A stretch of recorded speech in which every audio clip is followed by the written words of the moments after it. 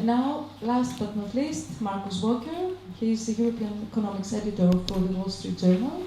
He recently moved to Athens, but he has been covering the crisis for quite some time now from Berlin. So, Marcus.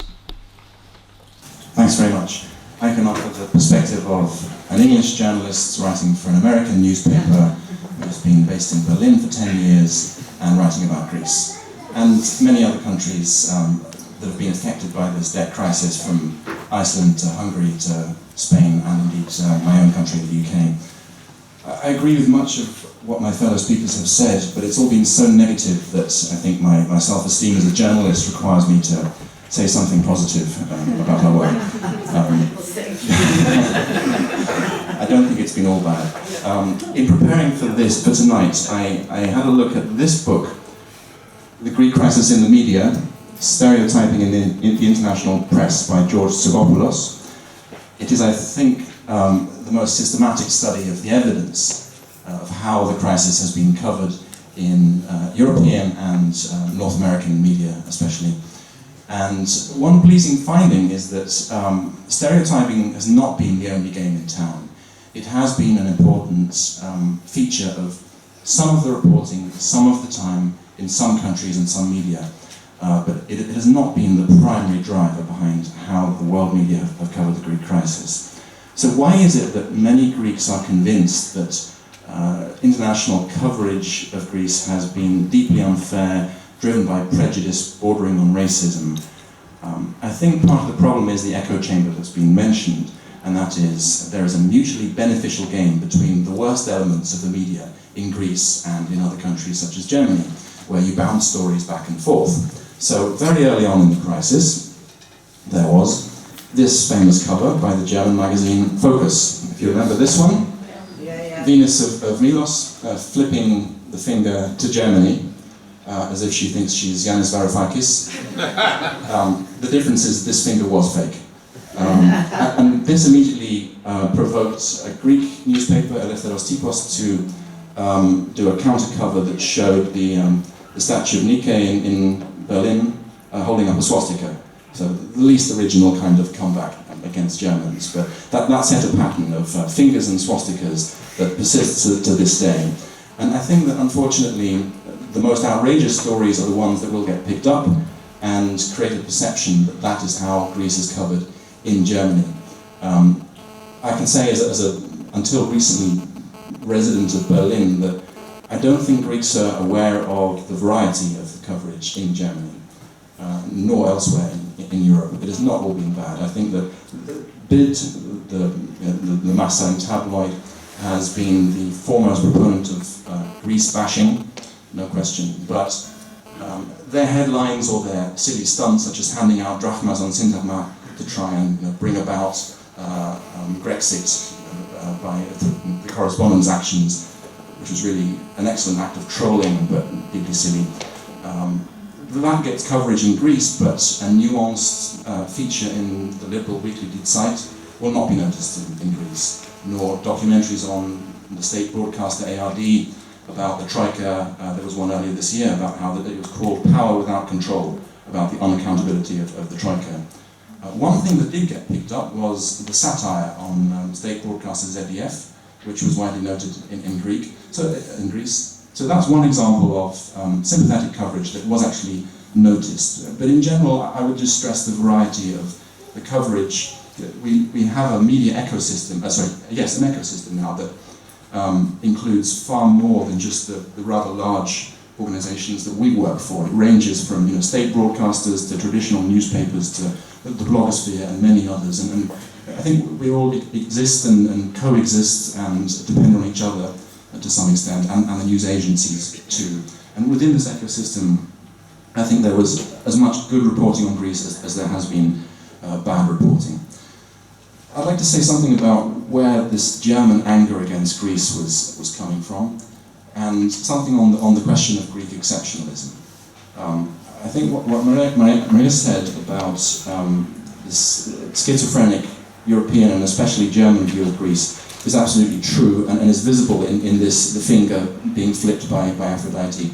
There is this combination of disappointed Philhellenism and contempt for the problems of modern Greece that has been around for 200 years, and you can see it in this very cover.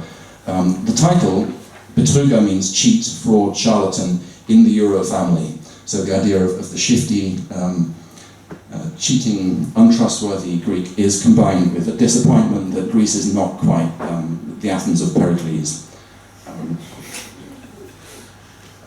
Now, this is not the only driver of German anger, however. I think that for a number of German publications, such as the Frankfurter Allgemeine or Die Welt, their political ideology, their centre-right ideology, was more important than ethnic stereotyping.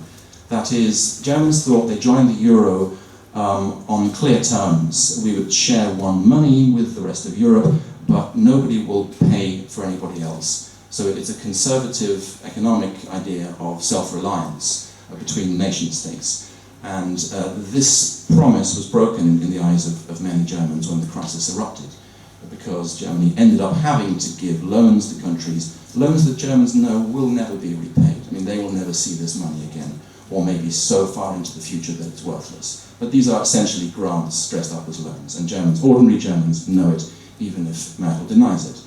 So at a time when budgets are very tight in Germany, when there are holes in the road in Düsseldorf, and schools have leaky roofs, Germany is taking a risk of tens of billions of euros in loans to Greece, and this money will never be seen again. It's not surprising that this generates anger, and I think that is as important as ideas of the Greek as this other that does not quite belong. The echo chamber between Greek and German media has its counterpart, other, on the Greek side, which is, I think, that Germany has replaced the US as the malignant other in the Greek imagination, whereas the UK used to be the baddie. We were to blame for December 1944 and many other things. Anything bad that happened was our fault, and then it was the Americans for a long time, and then the nefarious force that's driving everything became the Germans. Now, clearly, this is only one tendency as well. Now, there have been different phases in German coverage of the Greek crisis. Initially, there was this anger because of the sense that the terms of Euro membership, the original promise, has been broken. We've ended up having to bail out other countries. Then there was actually a shift in the coverage as the Greek economy sank into a depression. I saw more German publications writing about the social impact of the crisis. And then there was this period which I called the Peace of Samaras, which is, he went to Berlin in August 2012. Before that, he gave an interview to Bild in Athens, and he actually met the editor of Bild in Berlin. And they made a kind of truce with Bild at the same time as he made a pact with Merkel. Merkel decided she never trusted him. He was very anti-memorandum in opposition, but she decided he's the only game in town, so I have to bet on him. And at the same time, Bild swung behind German policy and stopped the Greek bashing. It was switched off practically overnight. And German Greek bashing was really toned down. In fact, Bild hardly wrote anything about Greece for about a year and a half, until the end of last year, the beginning of this year. And since the election and Syriza's victory, a kind of rage has taken over in most of the German media. It's very interesting. I think the German media were isolated in having nearly no sympathy for Syriza. I think the US media and the French and Italian media and parts of the UK media, much of it, had a lot of sympathy for the idea that austerity has been too much, there's been an overdose, that the program has not worked, and this is why Greeks have elected this government. In Germany, there was the sense that, once again, a pact has been broken. And I think that this is driven more by the political ideology than anything else. Again, it comes down to the idea that the euro was supposed to be a club of self-reliant nations. We ended up having to underwrite loans which we'll never get back, and they were supposed to be conditional. Now you're asking for money without the conditions. There is very little introspection in the German media about the conditions. The idea of reform, which is taken as ipso facto a good thing, there has been little debate about whether those reforms are the right ones. Perhaps it's because they are in some way similar to the reforms that Germany did a decade ago, which slimmed down the welfare state and actually succeeded in reducing unemployment significantly. But the context is different. The crisis here is much deeper, and the amount of austerity is out of all proportion to anything Germans went through. I think that with the exception of Die Zeit, the weekly I mentioned, there have been very few German media that have questioned the idea of reform sufficiently. I think that's been a major failing. But I don't think it's about ethnic stereotyping. I think it is a consensus on economic ideology that is applied to other countries too. And the main reason why Greece has been criticized so heavily in Germany is the other countries complied. Portugal and Ireland did what was asked of them. Greece rebelled. Which brings me to the question of exceptionalism. Is there a Greek exception? Two aspects of this. Why has the coverage of Greece been so much more intense? I've been writing, I have a pan-European job. Why have I ended up writing so much more about Greece? Why have I just moved to Athens, not Lisbon? And the second question is, why was the crisis so much deeper and more intense? I guess that this has been an easier story to tell. It's been an extremely vivid story to tell, and my co-speakers are right. Negative stories are just good stories. I mean, they're easier to sell. They are sexy, I have to admit that. We have written about startups, we have written about exports, but conflict is an inherently good story. People want to read about conflict, and that's, I think, a human reality since the Iliad. So I'll blame the Greeks for that one. Why was the crisis so much deeper? This was a systemic crisis of the euro. The euro had the effect of distorting nearly every country and nearly every economy in the eurozone. It exaggerated Germany's tendency to save too much, consume too little, and lend money badly abroad. It inflated Ireland's offshore banking bubble and Spanish housing development, and it inflated some of the most pathological tendencies of Greek politics. So every country became an exaggeration of itself under the euro. And I think that none of Greece's problems are unique.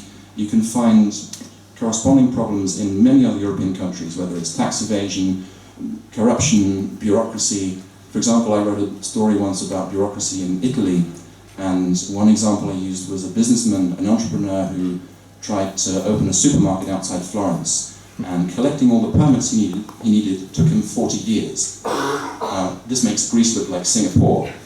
So none of the problems are unique. These are all European problems, but Greece has them all. It has managed to collect every problem in the private sector, in the public sector, in the mistrust between society and the state that you can see in much of southern and eastern Europe. It seems to have the perfect collection of European problems, and I don't know why that is. Perhaps it does have something to do with the geography, with the fact that Greece has found itself in the overlap of several different influences and empires in its history, and has ended up with everybody else's legacy shaping it, whether it's the West, the East, Orthodoxy, Europe, the Ottoman world. Somehow you can find everything here. And if there's one thing that is unique, qualitatively unique, about the Greek crisis, I think it's the degree of polarization in Greek politics. This is what has given us, in part, such a vivid story to write about. But there really has been a kind of absurd game of musical chairs where whoever is in opposition is totally against the memorandum until they become the government, and then they're pro, and then the government becomes anti-memorandum. And I think it's only a matter of time before we see that pattern repeated. In other countries, there was much more of a debate shared across party lines about the roots of the crisis, whereas here I see very little debate at the level of national politics. I have very intelligent conversations with Greeks, well, the Greeks are very intelligent on a private level about how Greece got into this situation, but the national political discourse shuts that question down. You can see this in the parliamentary inquiry that wants to probe who's responsible for getting Greece into the bailout. The inquiry begins in October 2009. this is absurd. This means that the debate about how Greece got to that point is excluded by definition. You're looking only at a failed clean-up operation in this parliamentary probe. Of course, this is also part of the partisan game, this zero-sum game between incumbents and oppositions. So I would say that the Greek exception is mainly quantitative in terms of the sheer number of European problems that you can find and illustrate in Greece. But there is something especially dysfunctional about the Greek political game, also the purity of the practice of clientelism, which you can find elsewhere too. You can find this in Britain, you can find this in Ireland, and in Germany too. But this seems to exist in an especially pure form in Greek politics. I don't know why that is. I would be interested to hear that from you. Thanks very much.